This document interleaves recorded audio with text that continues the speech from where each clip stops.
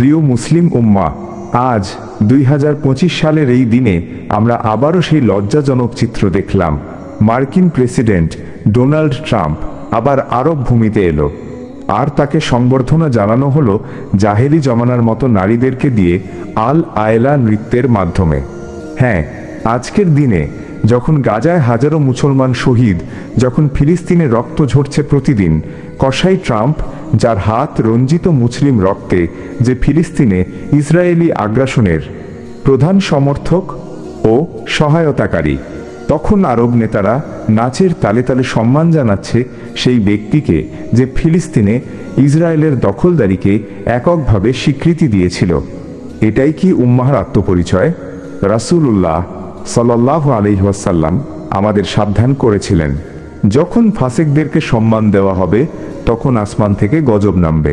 তিরমিজি। আরব নেতারা আজ শুধু পশ্চিমা আগ্রাসনের দালাল নয়, বরং তারা উম্মাহার পিঠে ছুরি মারছে রাজপ্রাসাদের বিলাসে বসে। এদের আসল রূপ হলো দিনের নয়, দুনিয়ার গোলামি। যাদের কাছে মুসলমানের রক্তের চেয়ে গুরুত্বপূর্ণ ট্রাম্পের হাত চাপড়ানো। এরা ইসলামের মুখোশধারী, কিন্তু ভেতরে ফেরাউনের অনুসারী। আজ মুসলিম নেতারা সেই গজবের দিকে এগোচ্ছে। দিনকে বিসর্জন দিয়ে দুনিয়ার ক্ষমতাধরদের সামনে মাথা নিচু করে উম্মাহ লাঞ্ছিত হচ্ছে।